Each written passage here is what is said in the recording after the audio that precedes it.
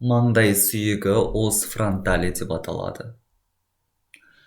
Ол бас сүйек қақпағының және негізінің бір бөлігі болып саналады. Сонымен қатар көру мүшелерінің және де есту мүшесінің негізін қалайтын болып табылатын күрделі сүйек. Оның 4 бөлігін ажыратамыз. Қабыршақты бөлігі, парс сквамоза деп аталады.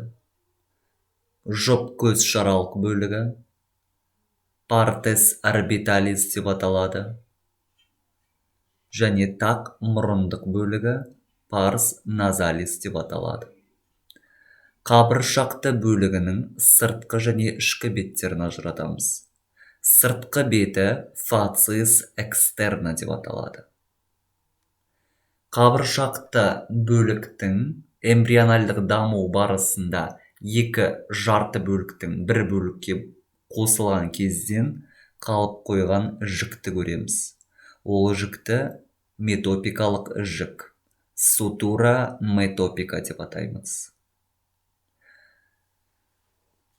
Қабыршақты бөлік көз шаралық бөліктен марго супраорбиталис деп аталатын жиекпен бөлінген болып табылады. Яғни көз үсті жиегі. Одан жоғары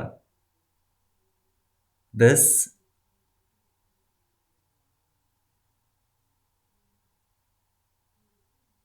сулькус суперцилиарис деп аркус суперцилиарис деп аталатын қас үсті доғасын көруімізге болады. Қас үсті доғасы бізде мына ортаңғы бағытта, яғни медиальды бағытта жүріп, глабелла кеңсірік үсті аймағына ұласатын болып табылады. Қас үсті доғасынан жоғары бағытта біз маңдайдың төмпешігін тубер фронталиді көруімізге болады. Сонымен қатар маңдайдың көз үсті жиегінің медиальды бөліктеріне таман біз инцизура фронталис атты кішкене тесікті байқауымызға болады. Одан латеральды бағытта форамен супраорбитали деп аталатын қандандырушы тесікті көруімізге болады. Көз шара бөлігі мен қабыршақты бөлігінің бүйір қапталында бет сүйектік өсіндік ұласатын болып табылады. Процессус зигоматикус деп аталады. Бұл өсінді арқылы маңдай сүйегі бет сүйегімен байланысатын болып табылады. Одан әрі бүйір бөлігі біз фациис темпоралис деп атаймыз. Яғни самайлық беті. Және осы жерден біз байқауымызға болады линия темпоралис, самайлық сызығын байқауымызға болады.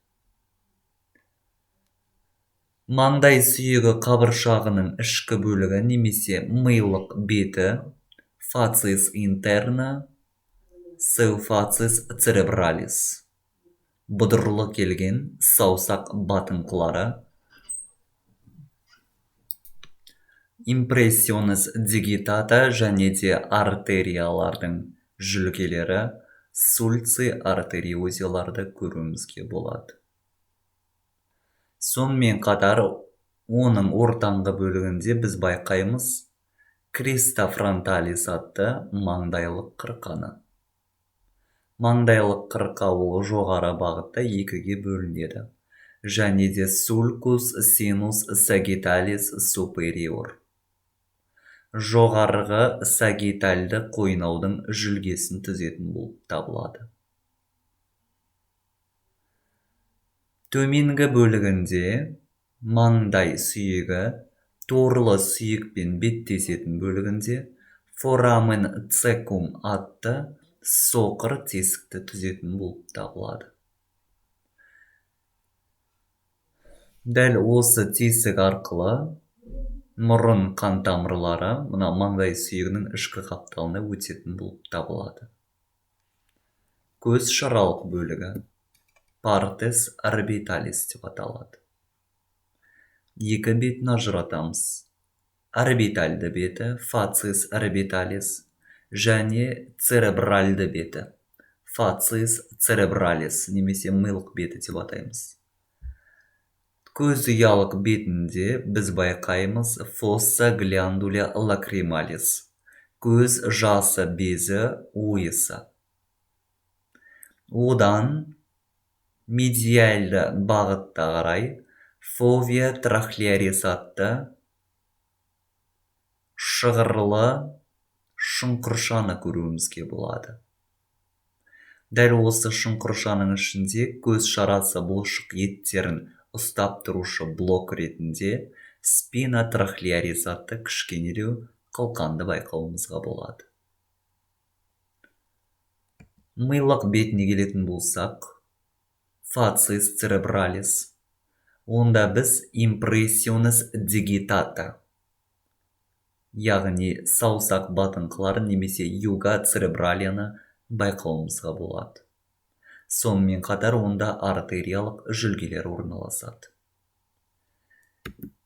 Екі көз шаралық білігі бір-бірімен incizura etmoidalis, торлы сүйектің тілігі арқылы бөлінген болып табылады. Мұрындық бөлігі pars nasalis. Онда біз айқын көрініс ретінде spina nasalis атты мұрындық қылқанды байқауымызға болады. Ол әрі қарай sinus frontalis атты маңдайлық қойнаудың негізін қалайтын болып табылады.